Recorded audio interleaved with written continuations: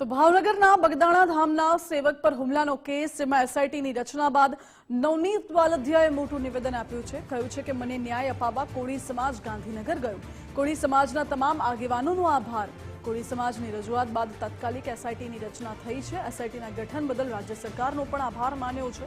ગઈકાલે પરસોત્તમ સોલંકી સહિતના નેતાઓ સીએમને મળ્યા હતા અને કોળી સમાજના નેતાઓ અગ્રણીઓ ગાંધીનગર પહોંચ્યા હતા. સીએમ સાથેની બેઠક બાદ તાત્કાલિક એસઆઈટી રચવામાં આવી. કોળી સમાજ ગાંધીનગર ખાતે મંત્રી શ્રી પરસોત્તમભાઈ સોલંકીને નિવાસ સ્થાને ન્યાય અપાવવા માટે સીએમ સાહેબ સાથે મુલાકાત કરેલ. ત્યારબાદ તાત્કાલિક સરકારશ્રીએ એસઆઈટીની રચના કરી. એટલે મને વિશ્વાસ છે કે મને ન્યાય મળશે. આથી સમાજના આગેવાનોને, ધારાસભ્યશ્રીઓ, સાંસદશ્રીઓ, મંત્રીશ્રીઓ અને સરકારશ્રીનો હું આભાર વ્યક્ત કરું છું. તો આજ મુદ્દે વાત કરીશું. સંવાદદાતા કૃણાલ બારડ જોડાઈ ગયા છે વધુ જાણકારી સાથે.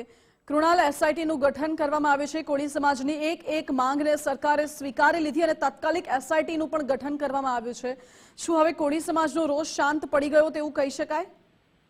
બિલકુલ માનસી, જો વાત કરીએ તો જે પ્રમાણે આજે ગઈકાલના રોજ ગાંધીનગર ખાતે સમસ્ત કોળી સમાજના જે ધારાસભ્યો હોય કે એમપી હોય, આ તમામ જે લોકો છે તે લોકો સીએમ ભૂપેન્દ્રભાઈ પટેલ છે તેઓને મળ્યા હતા. ત્યારબાદ ચોક્કસથી એસઆઈટીનું ગઠન થયું, જેમાં કહી શકાય કે બોટાદ અને અમરેલી ના જે પોલીસ અધિકારીઓ છે તે અધિકારીઓની ટીમ બનાવવામાં આવી અને તે જ પ્રકારે હવે કહી શકાય છે કે આ જે વિવાદ છે તે વિવાદ સમશે તેવી વાત છે. કેમ કે હવે જે કહી શકાય ફરિયાદી નવનીતભાઈ છે તેના દ્વારા પણ કહી શકાય કે એક આભાર વ્યક્ત કરતું એક નિવેદન છે તે આપવામાં આવ્યું છે, જેમાં સમસ્ત કોળી સમાજ અને ખાસ હીરાભાઈ સોલંકી અને પરસોત્તમભાઈ સોલંકી છે, આ બંને જે કદાવર કોળી સમાજના નેતાઓ છે તેનો આભાર છે તે વ્યક્ત કર્યો છે.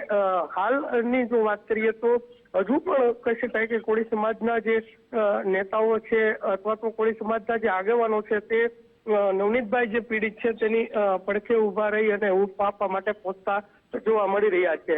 માનસી. જી કૃણાલ, આભાર આપનો.